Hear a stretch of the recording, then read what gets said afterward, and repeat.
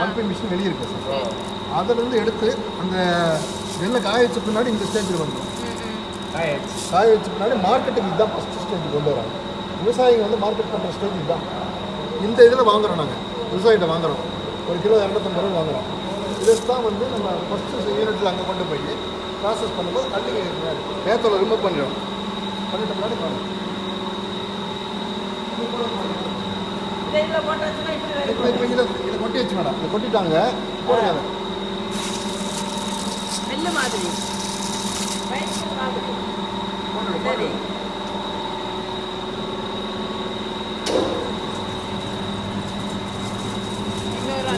அது வரும், இந்த பக்கம் வரும், அந்த மேத்தோல் வெளியே போயிடும்.